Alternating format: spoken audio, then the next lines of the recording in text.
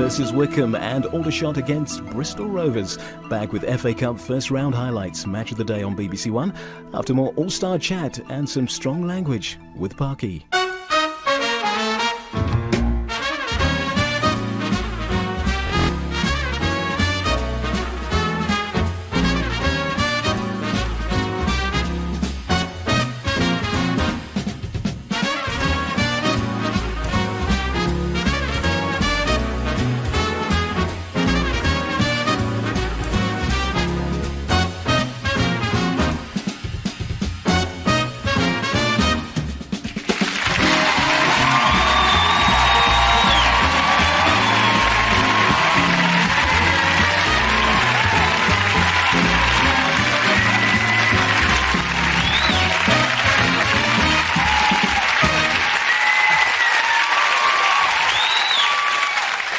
Thank you. On the show tonight, Hollywood superstar Samuel L. Jackson and the man described as an enormous brain on two little legs, writer, comedian and director Ben Elton, and also one of the best singers in the business, Krall. But first up, another comedian who's spread his wings on television and movies, becoming a formidable presence and a compelling actor. He's outstanding in the long-awaited Harry Potter film, which opened yesterday. Ladies and gentlemen, Robbie Coltrane.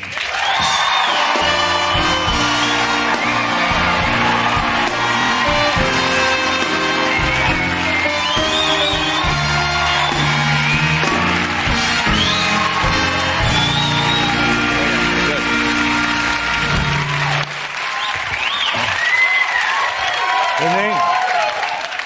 Pleased to see you. Good evening. Oh, why not? Good evening. Good evening. Grebe Strobling, Sir Arthur.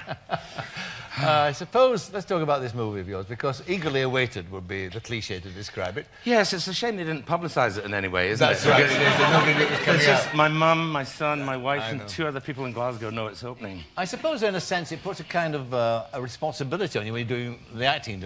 I mean, you know that you're in this position where it's got to work. It's got to be absolutely right. The worst thing, I mean, I've been doing a lot of interviews recently, and a lot of people talked about the pressure, and the truth is that there would be nothing in the world worse than a crap Harry Potter movie, right, except being in a crap Harry Potter movie. So there was a lot of pressure, but you've got to remember that all the crew are parents and, the makeup people and all the construction people. So everybody felt the pressure, and I think everybody kind of raised their game, as they say. I think. Were you a fan before the movie? Huge fan. Were you? You read it to your children? I did. And as you read, did you imagine the characters? Well, you have to. Well, if you're an actor, you have to do all the voices. The children expect it. Oh, right. Yes, no monotones allowed. And you got to do the women as well, Daddy. So that was quite fun. And then Jo Rowling said in an interview that she wanted me to play Hagrid. So then, of course, my son and all his pals, it was, so you're playing Hagrid, are you? So there was a bit of pressure. I think if I hadn't done it, I would have been found dead in a ditch. It's a lovely part, but of course, the kids have read the book, so they've got their own in their imagination. What Exactly, Hagrid and every exactly. character's like. Yeah. So what did you bring to it yourself in the part itself? He's a kind of two-sided guy, old Hagrid, because although he's half human, half giant, so not far to go there. But, thank you. But the giant side of him has sort of certain unpleasant and unpredictable characteristics, so you have to keep that hovering in the background. And I was quite determined he wasn't going to be a sentimental character. I mean, there's a difference between a warm feeling character, yes, and the last thing we wanted was any sort of Disney cutesiness. Yes, yes. What about being That's a giant? my Disney career gone now. Absolutely. Well, what about but being the giant, though? I mean, how do you be a giant? I mean, you are a big man yourself. But he's 9 foot high. 8'6", yeah. 8'6". 8'6". Well, there's a huge difference, isn't There there? is. A huge... When you walk into the pub, if you're 8'6", you just get that little less respect than if you're 9 feet, don't you? It's very, very difficult technically. It involved all sorts of gizmos that had never been used before. It was fascinating, and I can't tell you anything about it. You can't. Well, it would kill the magic, wouldn't it? Yeah. We've talked an awful lot about it. Let's see the man in giant, question. The man in question. And this is one of the great entrances in movies. Actually, we've seen it before this, but this is a wonderful piece.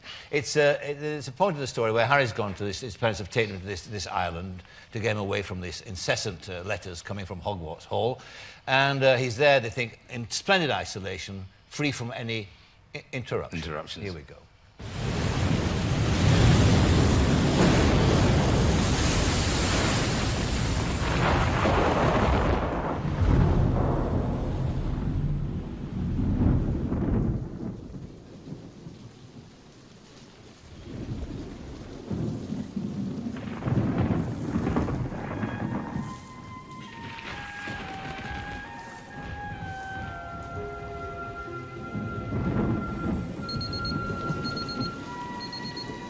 Make a wish, Harry.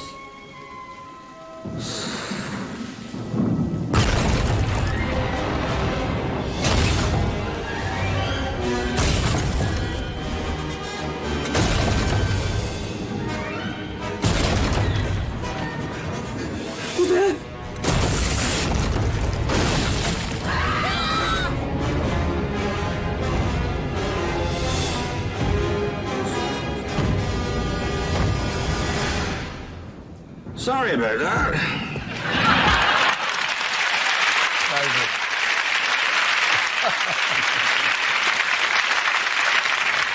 That is a proper You get a entrance, free drink in any pub with that. An entrance like that. What will it be, sir? That's right, exactly. The thing about that film is that, I think, looking at it, is that I came to it from a point of view where I'd never read. I hadn't read the books, Right. because I can't read them to my children. They're 37 and 40, and they move it down. But what I was surprised by, and I'm pleased by, in a sense, was that it's a very adult film. In other words, adults can watch it at one level, kids another, I suppose. Right. And also, too, it's old-fashioned in the sense that it's about old-fashioned values. It's about family, it's about loyalty, it's about team spirit, it's about literacy, it's about all those things, isn't it? Yes, absolutely. That really you don't get too much of in movies nowadays. You don't get too much of. I think it's very clever that she's left out all the sort of playing with computers and Game Boys and all that kind of stuff, and said, "This is yes, that's right. you know, it's a whole new world." Which excites children because they love magic, because they love anarchy, and they love strange, mysterious things going on. And they're much closer to their dreams than we are. They dream about flying all the time and sometimes think they can, if my children are anything to go by. I think it was very wise of her to do that, because once she's into that other world, all notions of what's cool go out the window. Yes. Do you know what I mean? Yes, that's right. No, you don't worry, is Harry wearing the right trainers?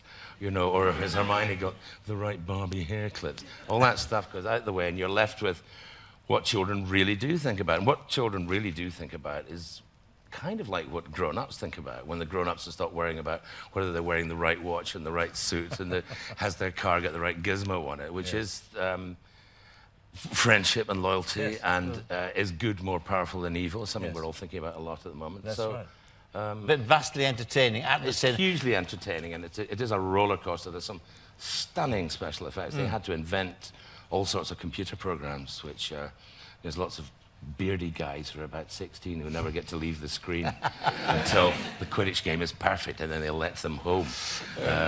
It's the way they've imagined it is more or less exactly the way I imagined it, except for the Quidditch. I'd always pictured the Quidditch game from the point of view being at the ground and being a spectator and watching them flying through the air on the broomsticks. I'm sure you all know this. But what they did was they went up in the air. So it's filmed as though you were on another broomstick at 150 miles an hour doing loops. And when I went to the premiere, there's like 2,000 grown-ups all going like this, you know. It was just fantastic, you know. You're not working on the second one now, aren't you? We're working on the second one. Yeah, we had the read-through this morning. And it was like, I was saying to my missus, it's like going back to school. You know, I'm just waiting for my mum to phone and say, go back, you'll see all your friends. And I don't want to see those new shoes scuffed when you come home. And we're all thinking, I hope Dumbledore's in a good mood. You know, all that kind of stuff. Job for life. Possibly. Possibly. That's a scary thought. It's like having a proper job. So where did the acting come in then, Robbie? Because, I mean, you came late to the game, didn't you? I mean, your career, if you look at your career, it was late 20s you were. Late 20s, yeah. I suppose there's virtue in that, in a sense, isn't there? I mean, you're not likely to do anything daft when it happens to you. Well, I managed. You did? Yes. I managed to go a bit crazy for a year or two. You didn't have any formal training as such. You didn't go to drama school. And does it show? I don't think it does, you see, that's the point. And one of the most interesting episodes in your life, and you're learning your trade, was when you were in America working with a group of criminals in a San Quentin theatre. San Quentin Theatre Workshop, that's right. Well, I mean, what was the circumstance of that? I mean, and who were these people? It was just, God, you know, things in your life that happen just by complete luck, you know.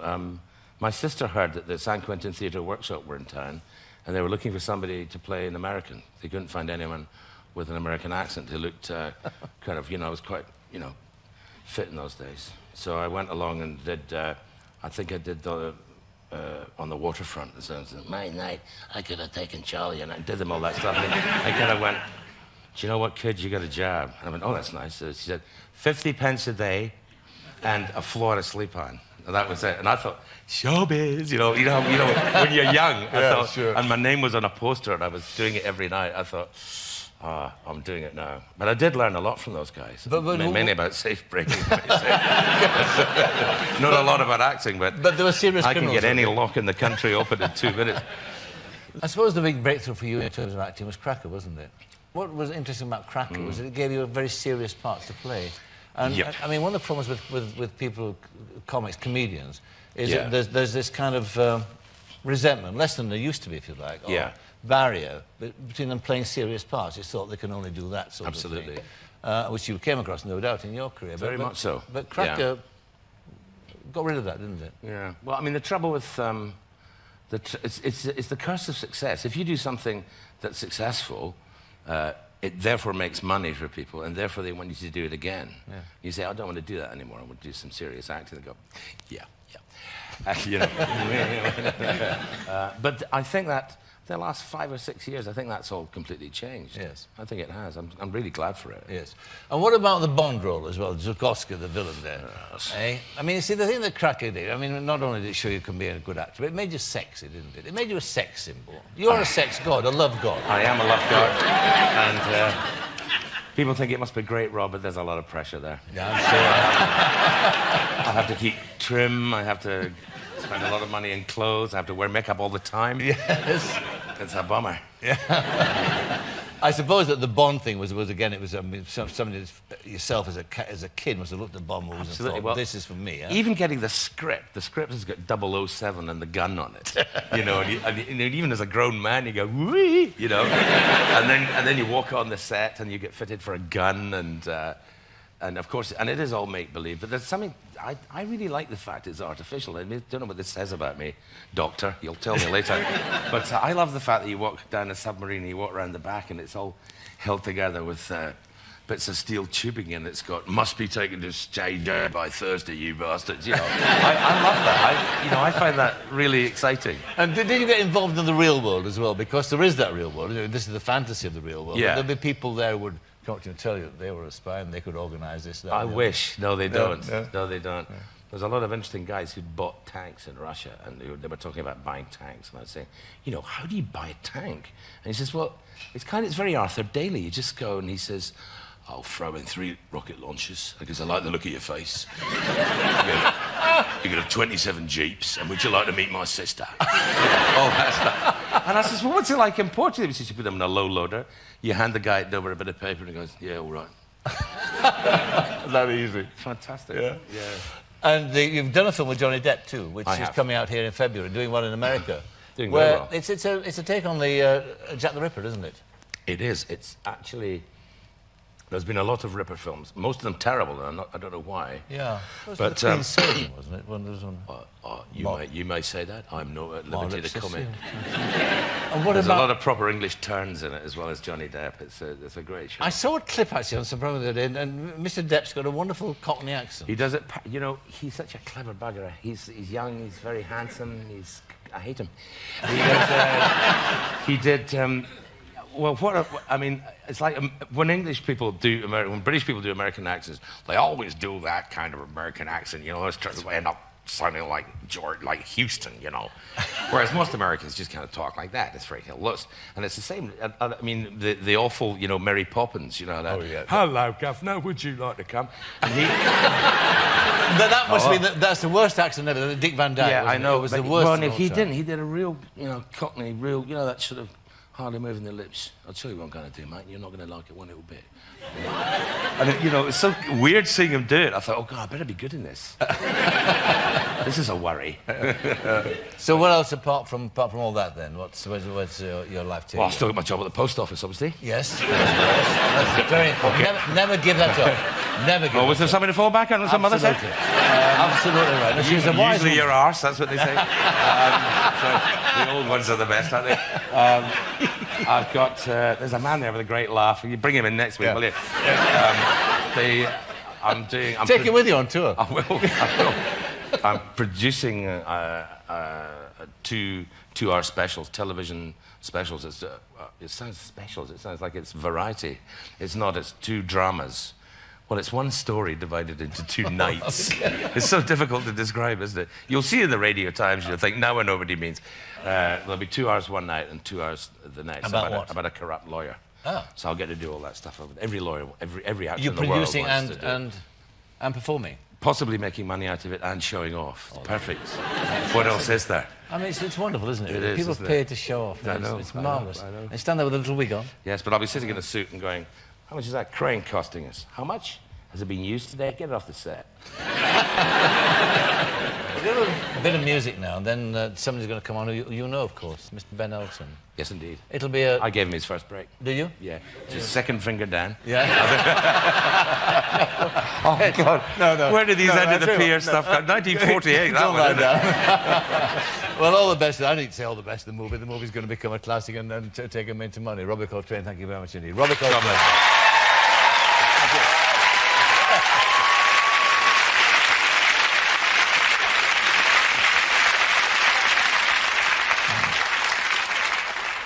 Music now, and if you ever listen to my Radio 2 show, you'd know that for the past 2 or 3 years, I've been proclaiming the great talent of my next guest tonight. She's a singer-pianist who celebrates the Great American Songbook and makes best-selling albums. Elton John is her greatest admirer. He says she's fantastic, and she is.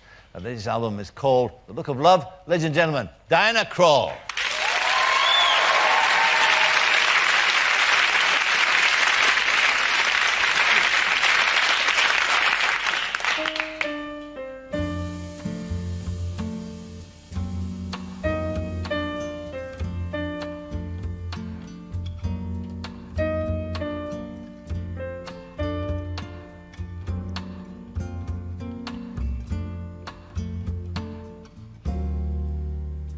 The look of love is in your eyes.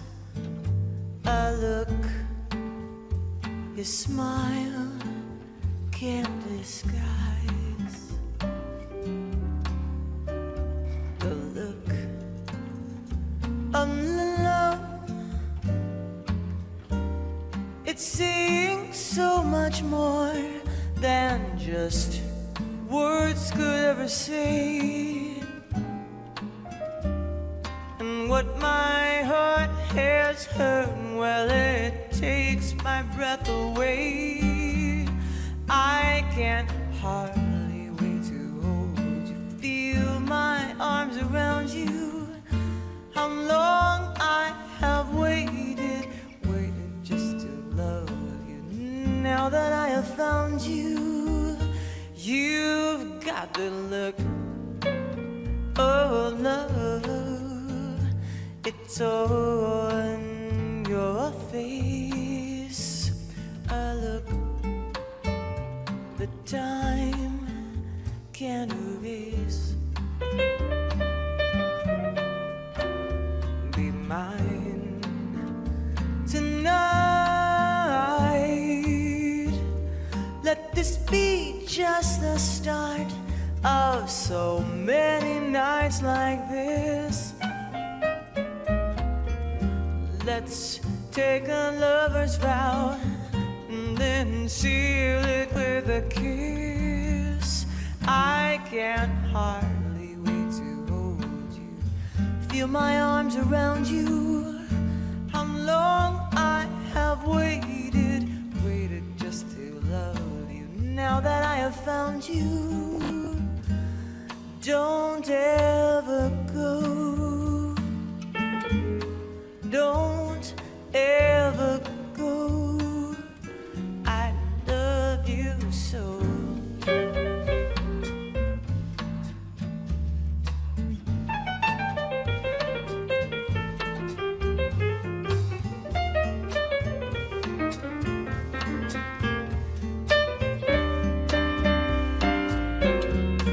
I can hardly wait to hold you, feel my arms around you. How long I have waited just to love you. Now that I have found you, don't ever go. Don't ever go. I love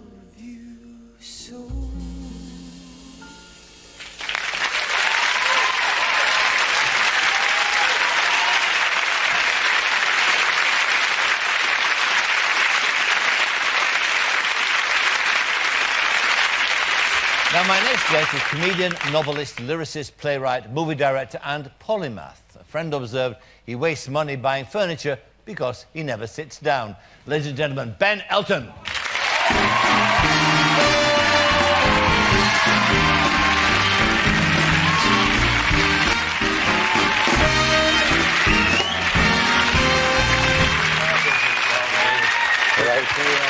Ah, yes.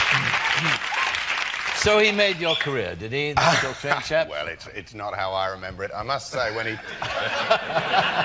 when he teed up the first break gag, I mean, I counted it in and I counted it out again. It was a pleasure to greet such an old friend. To see an old friend, yes. Yes, indeed, yes. So you've been to Australia of late. You've got a home there. Yes, we've. My wife's Australian, so we've been spending this year as much time as we can, just for a year, so that the children, you know, get to meet their other grandparents, etc. And yeah, we've got a home and an eco block. I mean, we were talking What's an about. eco block? We bought 100 acres of virgin bush, mate. And leave it. Don't.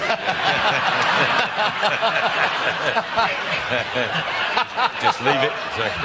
Robbie said, he said, you do the knob gags, don't I? Leave the funny gags to me, and of course he went for it. Yes, Lovely. I think so. It's attached to a national park. We bought a little bit of extra land next to the national park, and we're trying to keep it for sort of ecological posterity. And we live on it sometimes, which is fun, but perhaps a little inconvenient in the In what sense? in the ablutions manner. You know, you're a sort of honorary Aussie. You know about the bush dunny, don't you? The bush dunny, yeah. Which is right. basically Australian for a spade and a bog roll. I tell you know, like sometimes I did an interview this morning on radio, and a bloke from Marks and Spencer's was there, and he's talking about how they're trying to get places to find, how make it easy to find stuff in supermarkets. And I tell you always know where the toilet rolls are in an Australian supermarket, because there's a huge cloud of flies hovering above, waiting to follow the purchaser home, you see. You go to the bush dunny. One thing you must do if you go and use the, well, you know this. Basically, it's a dig a hole, squat, etc. You know, and but of course, it's about how much energy you put into digging your hole. Now, I'm not claiming to be the best hung guy in the studio tonight. Just the best hung guy in the interview, but you can't crack that kind of game. 2 minutes. 2 minutes in. It's a record. It's got the knob gang start. I'm timing. 30 seconds in. We were having a laugh backstage. We're being a bit naughty, aren't we? We're pretending we're 21 again, aren't we? But you have to dig a deep enough hole, else, because if you drape on the ground, something with 15 legs and 27 sets of teeth starts to climb up. And they say, before you go to wood, they always say, if you see a redback, mate, hit it with a spade. Well, not if it's on your knob.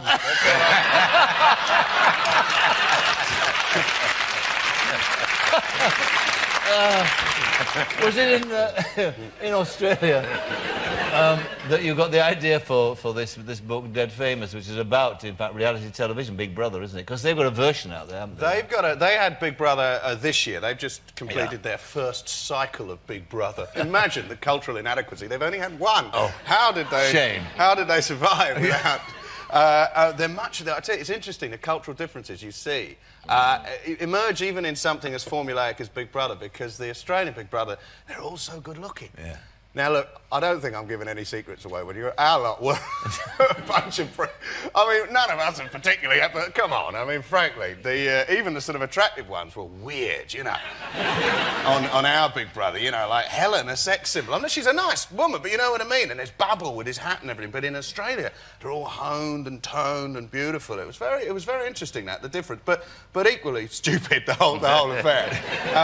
And I just had an idea. I was actually watching the British celebrity Big Brother. I avoided the first. That was fascinating. That was unbelievable. That was genuine drama. When Anthea's face fell, I mean, the whole nation. It was a cuddle time, wasn't it? It was a Diana moment. I mean, we all wanted to. No, Anthea, don't. We do love you, and that was what she wanted. I mean, it wasn't. It was genuinely. She went. I believe that she was. You know, everybody who gets represented in the press thinks, "Oh, I wish people knew me better. I wish they knew me, the real me," because I'm not like that. And obviously, Anthea Turner. must have thought that herself. She went on, and then she thought she was going out the first night. Oh, I've blown it. And it was a real moment of drama. I rang Richard Curtis, the guy who sort of runs Comic Relief and organised all of that. I said, I hope you know what you're doing. You may be saving a life, but you may be destroying a television celebrity here. I mean, but it struck me that in the Big Brother house, you had a classic murder scenario. I don't mean you want to kill them all, which of course a lot of people do, but it struck me it was a postmodern Agatha Christie setup. You know, Agatha Christie famously invented the country house murder. People are locked in a country house. There's 10 disparate individuals. The electricity's gone. They can't leave, and the room was locked. The knife was there. How did the murder happen? It occurred to me that if I could think up a cracking yarn that could happen in this weird house full of 10 disparate individuals, they're not allowed out, they're being watched, they're being listened to, and if I could think of a good murder that could happen that nobody would know who did it, then I'd have an opportunity to hang a lot of good gags about Big Brother on it. But I thought that the key was to write a genuine whodunit, and I'm very pleased that Crime Inc. magazine said it was worthy of Agatha. They said they didn't crack the whodunit, even though it takes place in front of all the cameras. Everyone sees the murder, but nobody knows who did it. And then, of course, you've got opportunities for a lot of sort of social observation and satire along with it. There could be television spin-offs from this idea. I mean, it's a logical conclusion, isn't it? To the, I mean, where do you take reality television to the real end of reality? And it's a murder, and it's someone getting killed on. Celebrity murder. Well, I don't think it's... Let's vote now. I've been invited. It's a worry. It's not really rocket science to think, you know, I mean, I think everybody's had that idea, oh, supposing someone got killed on Big Brother. No, I don't think so. I think... Well... That's why you're the writer, mate, you see. That's very kind, Rab. I mean, obviously, the inevitable consequence of Big Brother will be, you know, sort of Survivor. All the reality television producers will be put at the bottom of the sea and left and filmed, I think, probably. At least Big Brother did have that sort of sense that the fact we were watching nothing, that we were genuinely watching time pass. I thought it was almost Godot. It was almost like Beckett. I think the reason Beckett wrote Godot was to investigate the passing of time. How do we live together with people we don't really like without killing them, you know? And throughout Godot, as you know, they sit there, Vladimir and Estragon, shall we go? Yes, let's go. They do not move. And when I watched the Big Brother contestants sort of perambulate between the patio and the sofa and back again, you know, passing time. There is something kind of riveting about it. Yes. I didn't think it would, because I thought, you know, people sitting around on sofas, I'll get all that at home, Michael. Well, what about the manipulation of these people, though? Because there's an argument which says that it's not reality television at all. It's edited television. Well, of course it's not reality. And then they're presented, I mean, all they're waiting for is for a couple of them to get into bed and have a shag, for God's sake. I mean, that's basically what the entire premise is, isn't it? You've gone very... Am I being cynical? Well, you've gone very raunchy, Michael. You don't expect that kind of stuff. We say knob, you don't say shag. I'm in a very gentle bush gag, and look at that. He's a father figure to us. He's got all mad. He's like... I'm sorry I let you down, I'm more chap. hurt than angry. You're one of those... Yeah. I bet he's had his nipples pierced. No, as well. I can see him with the Savlon. It's got a bit septic, this one, Mary. It's a worry. Can you bring the TCP? We've got radio in half an hour. Of course it's not reality television. Take the case of Elizabeth. You know, in the last series, there you have a classic example. Obviously, you know, frankly, the producers decided that's our bitch. So they show, go, oh, don't drink your wine like that. You know, so everyone's thinking snooty, stuck-up cow. But when people came out, they go, no, Elizabeth, she's the mother figure. We loved her. Every single person in that house loved Elizabeth. They thought she was a kind of group person. But I mean, what did you draw any conclusion about why it was so successful, and what it says about us that it was so successful, and what it says about the people who wanted to go there and be scrutinised for 30 days? Well, there's a lot of things there. I mean, Michael, first of all, I don't think it represents the death of culture. I was surprised how much I enjoyed it. I think it's good light entertainment. It's not intellectually nourishing, but, you know, so a great deal of television isn't. I mean, basically, you know, there's you and then there's the rest, Michael. we look to you for our nourishment. But I still can't get over it. I know. Anyway, the thing is that we live in a world where there's a great deal which is facile and forgettable, and there's nothing wrong with that. I mean, one of the riffs in the book, one of the comic riffs, is this constant need to redesign in order to redesign the ordinary, to exalt the ordinary in order to keep people interested. Yes.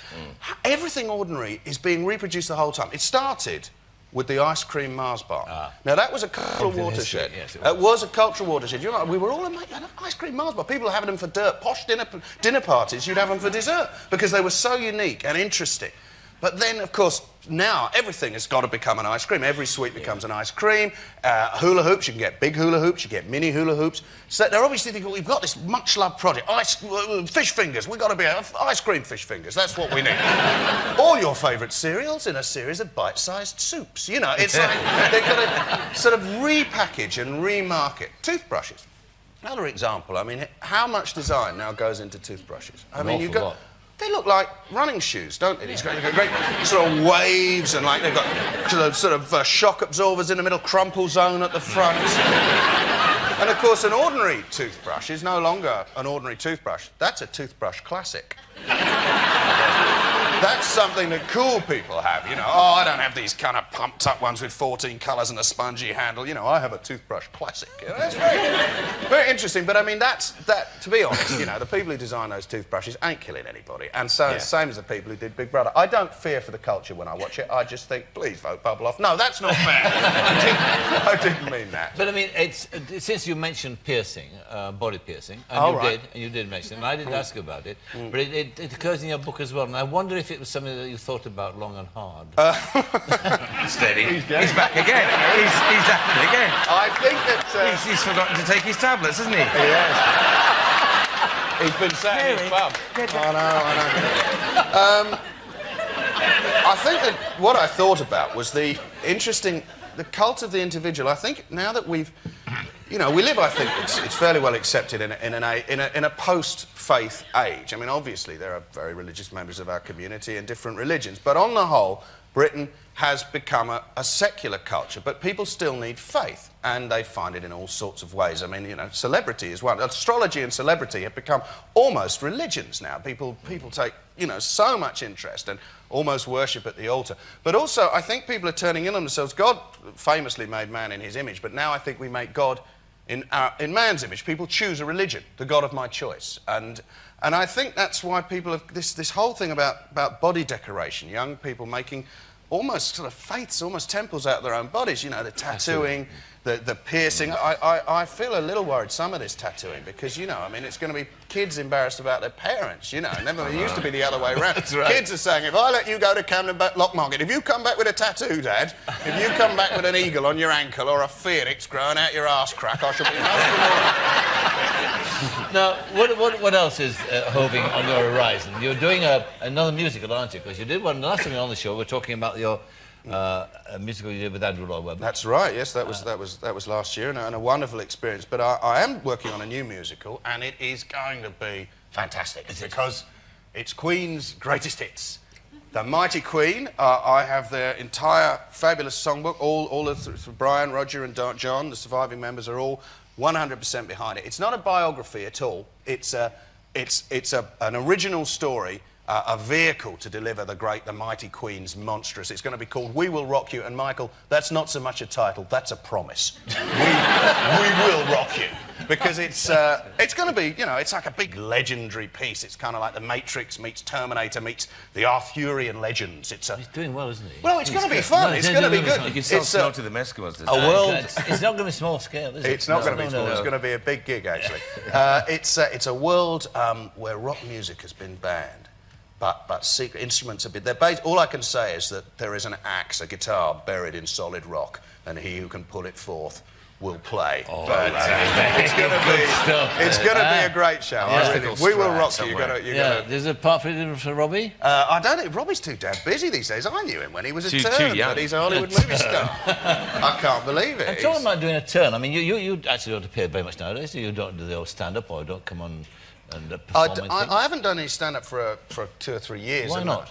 Well, I love to write, and stand-up comedy is not something I'm that drawn to unless I feel like doing it, and I don't at the moment. But I'd Would you love ever to go back to it? Oh yeah, I'll tell you what. One of the reasons I say, well, would you go back to stand-up comedy? Well, I just beginning to get a little bit attractive again because with 3 children under 26 months, suddenly hotel rooms are becoming very attractive. The idea that instead of a puke-filled screaming baby, I could be just lying in bed listening to the gentle hum of a minibar is something that I'm finding very, very attractive. That little click as you open those miniatures. That lasts for 2 days, and then you start.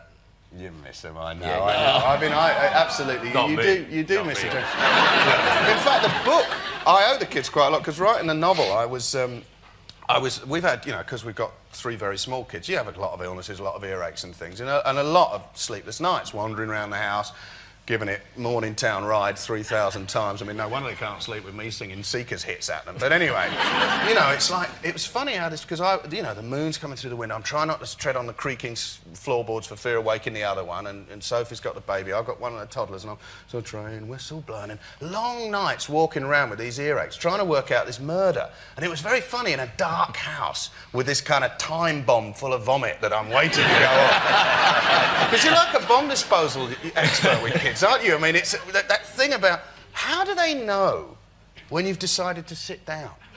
Like, you keep everything level. You know, they want you, you know, standing up's fine, he's asleep. You say, I'll just sit down, I'm absolutely buggered. And they know, nothing's changed, and yet they've got an altimeter. And they're, oh, I'm 6 inches lower, I'm going to go off. And you can't scratch your nose, you can't reach for it. I used to keep little whiskey. I thought, I'll get a whiskey before I pick him up. But I couldn't, no, he'll know, and you can't get to it. It's maybe when I've got enough baby material, I'll go out on the road again. OK, well, in the meantime, thanks again for being my guest, Ben Elton. What a pleasure.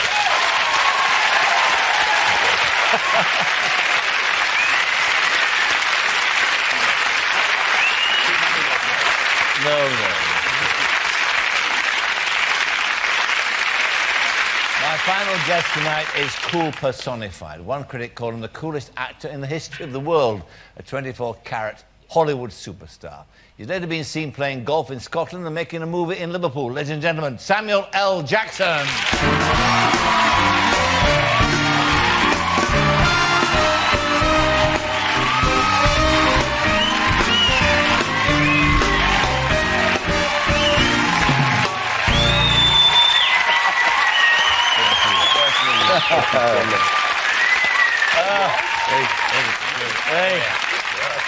Hey, that's the star. He's got the legs.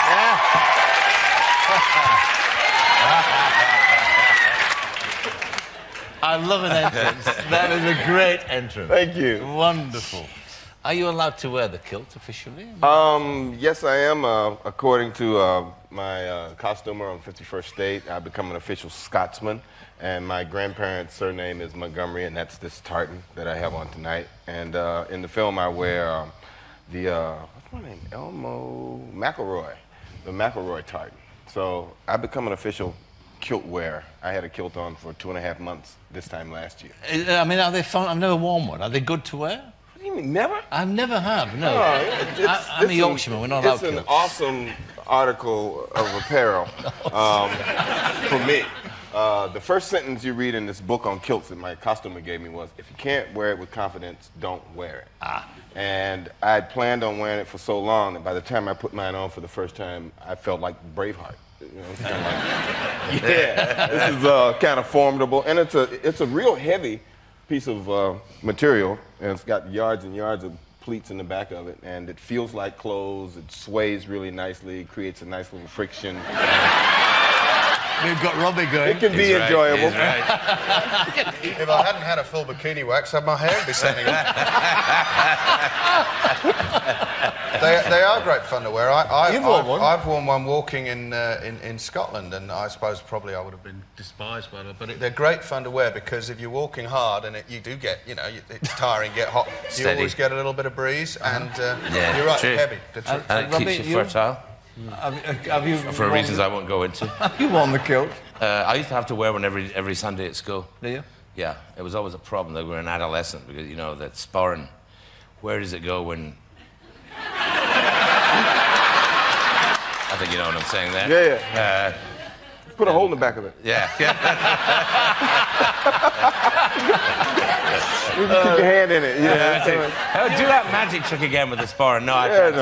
She's left. You've almost become a resident here, haven't you? Because you've been here for about a year or so, haven't you? Well, I've been in and out for over a year now, quite often. I was here a couple of weeks ago playing golf in Scotland. It's quite I saw fun. that, yeah. Dunhill links. Horizontal. It was raining sideways. It was kind of very Scottish golf. Yeah. And I flew back the other day, no problem. Have you played, by the way, ever with Tiger Woods? Yes, the first time I played St. Andrews, I played with him. Actually beat him. 'Cause, hey, don't laugh. It's not like it's hard to do. I mean, I was a 16 at the time, and he was playing scratch. I shot 78. He shot even par. I got all my strokes. I beat him by 6. And now when I play him, he always tells me, you only get 6. That's not quite the way it works. He's an extraordinary star, isn't he? Yeah, he's he really great. is an extraordinary man. Right, let's talk about your movie. Liverpool. So how come Liverpool? I mean, what happened? What was the writer, Kid Stell, who sent me the script, was working in an off license when he wrote this script. He went to school in Liverpool. That's where he said it. And when he sent it to me, I read it. I kind of fell in love with it. I've always loved British gangster movies for some reason. I was fascinated by things like The Longer Friday and Get Carter and The Craze. So I wanted to work in this country in that genre. When I was first here, I think it was 1980, I was shooting Ragtime. Ragtime, that's right. And I was working with James Cagney, and we talked about it, and Longer Friday just come out, and I was singing it. And I wanted to come back and work with a lot of British actors, and I've since seen a lot of them, and it was an opportunity to do that. And Liverpool was the setting, which was like totally different. So, okay, it's not London, so it's kind of small-town gangsters, which will be even more interesting. They'll be a lot quirkier. And we got some great actors to do it, and Liverpool was a great place. Now, interestingly enough, the whole time I was here, and I kept saying, well, I'm going to Liverpool to make a movie. Like, people would be, like, really happy. They'd always go, oh. Well, what's the problem? Oh, you're going to Liverpool. Oh. By the time I got there, my expectations were so low that the people were so cool and so supportive and so helpful, and the town was so much fun. I wondered if anybody from London had ever been there that was telling me that it was such a bad place to go. Oh, that's right. They tend not to travel too far from London, some people. I noticed that. Yeah. If the tube doesn't stop there, they don't go. That's right. And so, the story of the film, you're the guy who designs drugs. I'm a chemist from Los Angeles who's created a designer drug that's 51 times stronger than cocaine, ecstasy, acid, and it's made from common household products. So there are no illegal properties, so you can make tons of it and never get arrested for selling it. And I made a deal with a gangster in Liverpool, Mr. Durant, to sell it to him, and he dies. So I'm stuck in Liverpool trying to make a deal with whatever gangster I can sell it to and get out before the gangster that I stole the formula from finds me. You're also being pursued by a very glamorous hit person. Yes. Yeah. Well, at one point, she's sent to kill me, and then she becomes my guardian angel, which is a really good thing because she's deadly. Absolutely. In this clip, we see that you've got to actually hanging on your every word, just about. I think that's how you describe it. Here we are. Try quitting while you're ahead for a change, Dawn. No. No! I want 10% of your deal with Icky. You're negotiating with me? Look at your options. 10%. Have a look at yours. All right.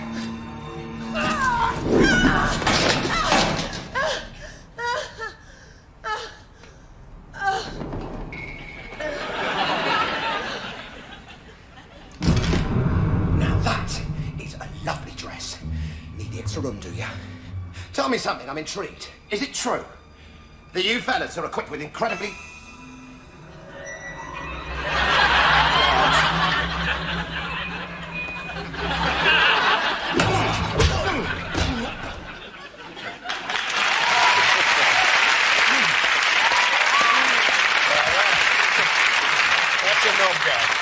That is a knob gag. That's what that is. That's a real one. See, I never knew that. That's something new. So you're happy with it then? Oh, yeah, terrifically happy. We had a wonderful time shooting the film. We have a great cast with Robbie Carlyle, Ricky Tomlinson, Reese Ifans. Just a wonderful, wonderful cast. And Emily Mortimer that you saw there. When people talk about you, they mention the word cool immediately. Cool. Yeah. I mean, Robbie did. I said, the cool guy, you know, I'd like to be this cool guy. What do you mean when you think of cool? I mean, what is it? I don't know what it is. I wish I had more myself. You do? Whatever it is you want. I'm just too damned excitable. That's my trouble. It's that whole thing about, when you're an adolescent, that you really wanted to not care so much about things. There was always a guy who just kind of didn't seem to care or worry about things and always seemed to do the right thing, and he was the one who didn't fall flat in his face on the way back from the bar, you know. I wasn't that guy. You weren't that guy. I was going to say, Robbie's comes down to Robbie's definition of cool is somebody who doesn't fall flat on his face on the way back from the bar. Well, that's pretty much everyone but you, isn't it? Nothing. Rob's right. Cool is not caring. You know, I mean, you know, I know, you know, not looking like you want to please. I always think, I look like I really want to please, but I mean, you got to lay back. You know, you don't have to be as handsome, I think, as Mr. Jackson to be cool, even though you are cool. You got to have class. Careful, he's going to borrow money. Let's see. I want to see where he gets it. That's all. But what's interesting about you? Do you like this cool thing? I mean, do you understand it? It's an interesting mantle to have to walk around with, you know, because I never think of myself as cool. I'm very kind of ordinary. I mean, number one, golf was never a cool game. So all of a sudden, I'm a golfer, but they wear better clothes now, so it's cool to be a golfer. And they're rock and roll players, you know, rock and roll singers play golf, and everybody does that, so now golf's cool. So, okay, I do a cool thing. I play characters that are very nonchalant about danger. That gives people an impression of cool. Me personally, somebody pulls a gun on me, my asshole tightens up. I get really nervous about that. You know? So I'm not that guy either. That's cool. That is cool. That is cool because that means the rest of us shit ourselves. You have a point there. But I have achieved a certain level of confidence in what I do. I've achieved a certain level of arrogance about it, like most actors, especially now that there's so many people coming into our business from other places, especially the music industry, so I'm a little bit arrogant about what I do. But I'm also very humble about the fact that people appreciate what I do, and I'm really glad that I do things that people enjoy, and that I do something that gives them a sense of relation, that they look at my characters and feel them, that they understand them from a human point of view, that I do things that aren't fantastic, but are normal things that normal guys or normal women would react to in a film. And that's very good for me. But I mean, you're an interesting man because you're an actor. You're not a black actor. I mean, have we got through that? Yeah, I have. Now? Yeah. You have, yes. I mean, Shaft was you played, of course, the remake of Shaft, yes, or the extension of Shaft as it was. I mean, I remember Shaft coming out, and that was the first time, wasn't it, that a black man had been a sort of lead in a movie like that. Was that for you yourself as an actor at that time in the 70s? Was that a breakthrough for you as well? Well, it was great to be able to sit in a movie theater and see somebody who looked like me, talked like me, being the hero and the winner. Yes. And he was able to talk smart. He was able to slap people around and not be hung. He got girls. He got all kinds of girls, which we kind of seemed to miss on the remake when I was doing it. Yeah. But somebody kind of forgot about the sex machine for all the chicks part, you know. And the chick I did get, everybody's kind of questioning, you know. But yeah, I was so pleased to know that I would be able to be a hero at that time. Because as much as I admire Sidney Poitier, and I know him very well, and we're very good friends, and we play golf together and do all that stuff, like, you talk about cool, and he's very cool. Yeah. Super cool. Yeah. But I used to always ask my mom why he died, you know, because when something happened and he was heroic, he always died. And she never had an explanation for that. And I used to read scripts a lot when I was a young actor, that I would go through looking for the point. Okay, he dies on page 30, or he dies on page 12. But I always knew I was going to die. So when I started to survive in films, I started to know, okay, I'm getting a bit more successful now, and it's okay. Or I read scripts where I make the choice whether I want to die or not. You know, it's kind of like Deep Blue Sea. When they sent me that script, it said, I die on like page 7. He said, yeah, but if you die, then that means anybody in the film can die, and they'll be so shocked. I'm like, okay. I get a good death, right? Finally, you know, I want to be killed by a thing with big teeth that's very fast, and they're like, this is the movie for you. Okay?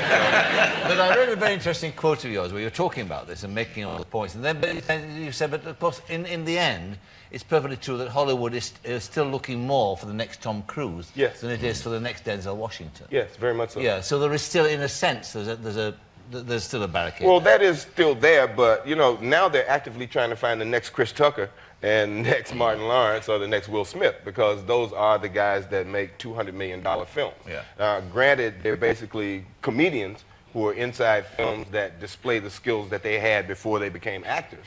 But they're still not trying to find the next, you know, Brad Pitt or the next Tom Cruise, guys who are theoretically actors with good looks who bring women into theaters to go, oh. What about, of course, you're in the Star Wars movies too, aren't you? Yes. Yeah. Well, I mean, it must be very that is great stuff. I mean, it's Fantasyland again, isn't it? It is so incredible. I don't know what you guys did, but there are other people with you all the time. Sometimes there's me and Ewan and, you know, maybe somebody else, but most times it's just me in a big green room and George going, action. Yeah. So it's kind of like that kid's game where you're in a room by yourself and you've made up all these things that are attacking you and you're fighting them and you're having a great time doing it and you got your own little music going. And you look at George and he's like, you keep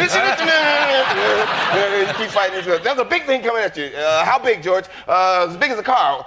What kind of car? A Range Rover. Okay. How many are there? Oh, there are about 30 more of them. Okay, cut. And you go. And is that all the clues you get as to where the things are placed? There's no. You have no clues where they are. Gee. He says, all right, block something. Things are shooting at you. So you block things with your lightsaber, and then he goes, there's one attacking you. You turn around, you shoot them, you kill some over here. There's a big thing coming. Roll out of the way. You dive out of the way. And okay, cool. It's nothing. Are there no sets? It's a big green room. Really? No sets. I know this is the old question. Everyone keeps going on about it, but do you think there's going to be a time when you won't even be in that room, and nor will Robbie? Just George pointing at the air? No, not at all. You think they're going to always need the people? Yeah, they'll always need actors, yeah. I mean, there are a lot of, what do they call them now? Animatronics. Yeah. No, not animatronics. Synthespians. Synthespians? Yeah. Yeah, there are some synthespians there. Things that aren't real people or anything else. But they have voices because they always need our voices. But they can create whole actors that do things. Yes, but you know, they actually tried a movie like that didn't work. That Japanese animation film that was out this year. Didn't work. We're traditional in Britain. We just have wooden actors. Not very good. You've been saving that one, haven't you? I haven't. Of course we got some. We got some splendid. My God. You're going to have a problem getting people to be in your musical. Hey, listen. When I'm sat between the guy starring in Harry Potter and the guy starring in Star Wars, I'm entitled to feel bitter. I'm a fart in the middle here. Two mighty buttocks between. You've got the job on Star Wars, actually, by on a show like this announcing that you I was TGI Fridays, is that what it is? Yeah, I was there, and they asked that typical question they ask actors all the time in lots of reviews of things. They go, is there a director you haven't worked with you'd like to work with? George Lucas is doing Star Wars. This is a perfect time. George Lucas, and somebody heard it, and they told him, and he called, and I got invited to the ranch, which was very cool. You know, got to go to George's ranch. It has its own fire department. Fire department? Oh, it's incredible. You have to go out there. It's like a big wineries out there, and he's got, you know, stuff. He's got stuff. Yeah, he's got stuff. George is one of those stuff guys. His stuff is real. Yeah. He has real stuff. His movies oh, yeah. He's got that the right way around. He has a basilica in his, like, house, man. It's like huge stained glass basilica. You just kind of... But is he happy? Yeah. People always say... You gotta believe that, yeah. He's got his own fire department, he's got all this wine, he's a multi-millionaire, he's a huge ranch. But is he happy? Is he happy? Yeah. When I don't go wrong. Yeah, right. So yeah, money can't make you happy. He said people who say that don't have any. But when you're in this green room, charging around going like this and pretending, I mean, do you ever stop and think, what am I doing here? Oh, heck no. I asked to be there. I know exactly what I'm doing there. I wanted to be there, I'm there, and I'm like the happiest guy in the world that I'm in that situation. I mean, I was there the first time I got to sit in a chair, and my biggest thrill was the first day I got there, I realized, George gave me my 4 pages that I was in, because I wasn't in it very much, but he gave me the 4 pages, and I realized, I'm having a conversation with Yoda. This is very cool. Yeah. I know they won't cut this out of the movie. I'm talking with Yoda. Exactly. And sure enough, he's right there next to me, and we're like whispering, like we're partners. We're like tight. Yoda's my boy. Yoda is my boy. I'm second in command of the whole Jedi Council. So that means I'm like the second baddest fuck in the universe. It's like, yes. All right. I am there, And now I get to pull my lightsaber out and do all this other stuff. And I actually made another request to George last year, just kind of jokingly. I was like, well, everybody's got these same color lightsabers. You think you can make my lightsaber purple?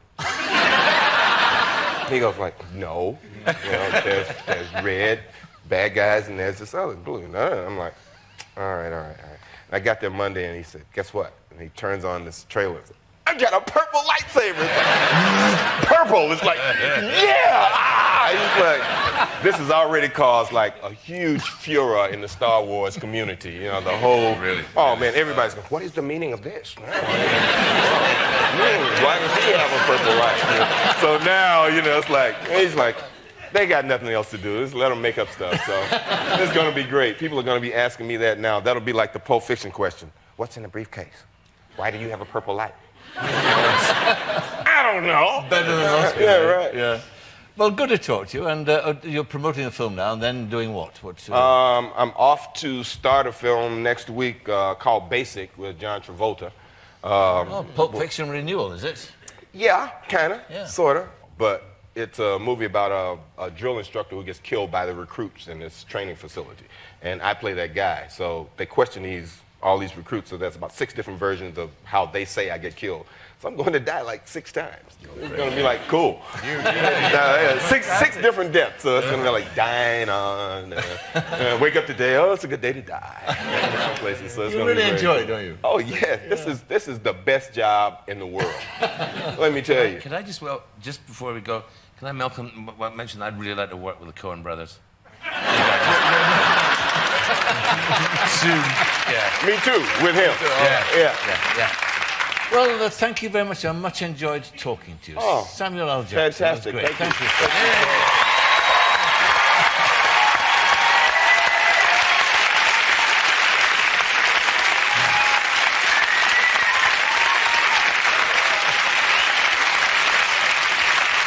My thanks to Samuel L. Jackson, Ben Elton, Robbie Coltrane and Diana Krall. Next week's guests are Terry Wogan, Marty McCutcheon and Jennifer Lopez. Until then, from all of us here, a very good night. Good night.